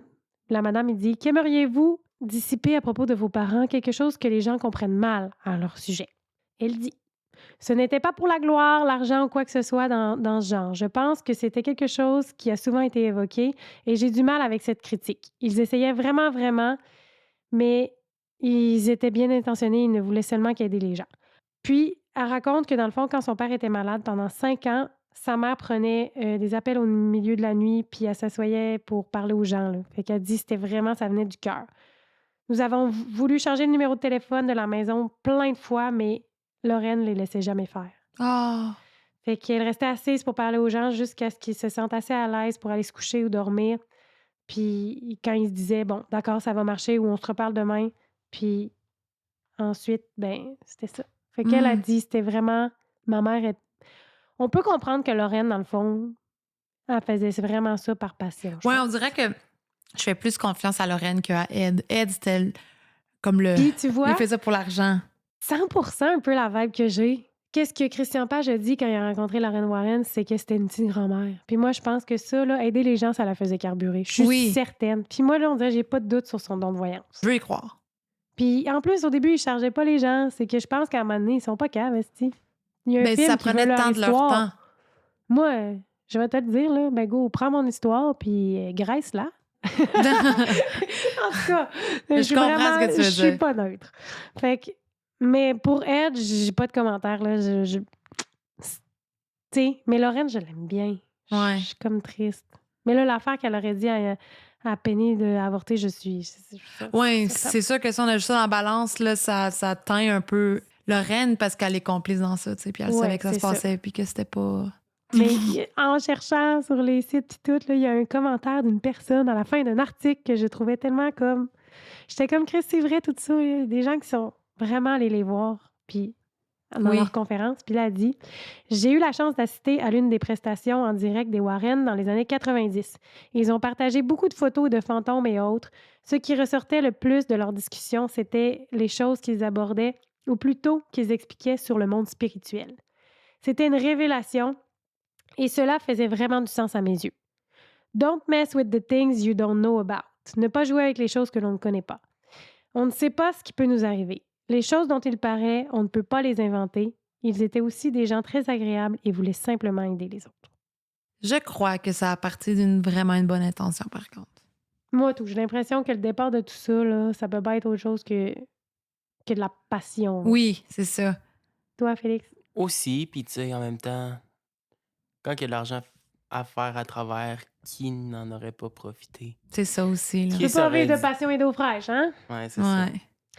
Mais c'est la partie de faire de l'argent sur le dos des gens qui est comme... Des choses qui les ont traumatisés, là. C'est sûr qu'il y a un côté moral à tout ça qui est pas respecté, là, on dirait, tu sais. Fait que c'est pour ça que je voulais avoir des histoires qui montrent vraiment... un peu tout. Tu sais, je pense que oui. On a vu les deux côtés de la médaille. Il y a un bon petit côté imposteur, escroc, tout ça, mais je pense qu'à la base, ils ont vécu, ils ont vu des choses, puis qui, à la base, voulaient aider aussi des gens, mais nul ne le saura. J'aimerais vraiment, vraiment, vraiment, vraiment que l'histoire de la femme qui a été tuée, qu'elle a pu offrir de la fermeté aux proches, parce que... C'est ça, puis ça a l'air qu'elle a aidé à résoudre plusieurs cold case. Mais moi, je me rappelle, il y avait une émission à Canal D, puis c'est des enquêtes qui avaient été résolues par des médiums ou des voyants, des choses comme ça. Puis elle apparaissait souvent. Je me rappelle pas du nom, par exemple. Elle en a fait quelques-uns. Elle a été sur plusieurs plateaux, Lorraine, là. Oui. Moi, je savais pas qu'il y avait un Ed pendant un maudit bout, là. C'est-tu vrai? Je savais pas qu'il y avait un Ed. Moi, c'était Lorraine all the way, Lorraine Warren. Fait que c'est pour ça que j'ai comme aussi l'impression que Ed, c'était le gars en coulisses qui encaissait les chèques, tu sais. C'est tellement possible, mais tu sais, quand t'as une femme qui a un don de même, peut-être que... Non, je le vois, là, en arrière, qui monétise tout ça, là. Ah oui, dans son petit costard, là. Et que je le vois. Ouais. Mais c'était Vous super nous intéressant. direz si vous êtes team, genre, c'est des charlatans, ou si vous êtes neutre, si vous êtes team Lorraine, team Ed, j'adore, je veux tout savoir. Ben, je t'avouerais que moi, je penchais beaucoup vers la partie c'est des charlatans. Mhm. Mais je suis un peu mitigée quand même. Je vois pas... Je sais pas. Moi, Quand j'étais jeune, je les croyais, là. Moi, Lorraine, je la croyais. Chris, j'aurais jamais un corps d'elle dans ma chambre. Mais là, avec les histoires, ça, avec Amityville, on dirait que ça m'a comme un peu déçue, d'une manière. Malgré que je sais que c'est pas de toutes eux que ça devient, cette histoire-là, là, que ça a été empiré. Non, c'est souvent, c'est juste que on les met tellement de l'avant pour plein de cas, mais dans le fond, ils ont juste été là puis ils ont juste chillé sur le side un peu. Oui. Par exemple, ça m'aide pas à me prononcer sur le cas de Maurice Thériault, par exemple. C'est trop à part. Il y avait de quoi avec Maurice? Est-ce que c'était nécessairement le démon? Je pense pas. Puis il y avait une théorie que j'avais oublié de mentionner dans mon épisode, là, que des gens m'ont écrit puis même qui ont commenté par après. C'est possible que Maurice souffrait d'un trouble dissociatif de la personnalité, que des gens connaissent comme le trouble de la personnalité multiple. Là. Oui. Maintenant, on dit plus ça parce que c'est super stigmatisant. Mais c'est possible que c'est ça, Maurice, dans le fond. Puis que... Ça se peut. Ouais. Christian Page, lui, il voit plus ça de ce côté-là. C'est vrai? Ouais. Il est plus dans la thème troubles mentaux, possiblement, que ça pourrait être expliqué. Écoute, tout est possible. Mais merci, Catherine. Bravo pour ton deuxième épisode. J'espère que c'était bon, que vous avez aimé ça. Mais là, je vais vous revenir parce que je vous oublie pas. Là, le premier cas, je veux dire, il y a trop de choses à dire. Mais ce sera pour la prochaine saison, les cocottes. Fait que là, pour la fin, on va faire le segment de disparition comme d'habitude. L'avant-dernier épisode qu'on a fait sur Michel Van Hemster, on a mentionné Jessie Duchesneau. On a lu sa fiche. Bien, Félix a lu sa fiche. Puis là, on a su au jour du même, le jour de l'enregistrement de cet épisode, que Jessie avait été retrouvée, mais malheureusement, il était décédé. Fait qu'on voulait juste faire une petite update à propos de tout ça, puis envoyer toutes nos sympathies à la famille. C'est pas vraiment la conclusion que personne espérait. Non. Mais j'espère juste qu'il y auront pas plus de questions. J'espère que ça va pouvoir fermer des onglets dans leur tête, puis qu'ils vont pouvoir faire leur deuil maintenant. Là. Alors, Félix, tu enchaînes avec un autre fiche de personnes disparues? Oui. La Sûreté du Québec demande l'aide du public pour retrouver Jean-Claude Crête, 58 ans, de Salaberry de Valleyfield. Il a été vu pour la dernière fois le 5 avril 2023 dans le secteur de la rue Madden à Salaberry de Valleyfield. Il se déplacerait à pied. Ses proches ont des raisons de crainte pour sa santé et sa sécurité. Donc, la description, il mesure 1,85 m, donc 6 pieds 1 pouce, pèse 144 livres, il a les cheveux gris, les yeux pairs. Au niveau des particularités, il y a un tatouage sur la partie supérieure du bras gauche, une feuille de cannabis. Toute personne qui apercevrait Jean-Claude Crête est priée de communiquer avec le 911. De plus, toute information pouvant permettre de le retrouver peut être communiquée confidentiellement à la centrale de l'information criminelle de la Sûreté du Québec. Merci. On va mettre des photos de Jean-Claude Crête sur nos réseaux sociaux avec des liens si jamais vous voulez contacter, feuilleter la page et tout. Ben merci pour cet épisode, Catherine, pour les Warren. J'espère que ça vous a donné un bon bilan de leur vie. Je ferai des suites et de leur carrière. Bon, fait qu'on dit bye. Bye, merci tout le monde. Bye. Merci.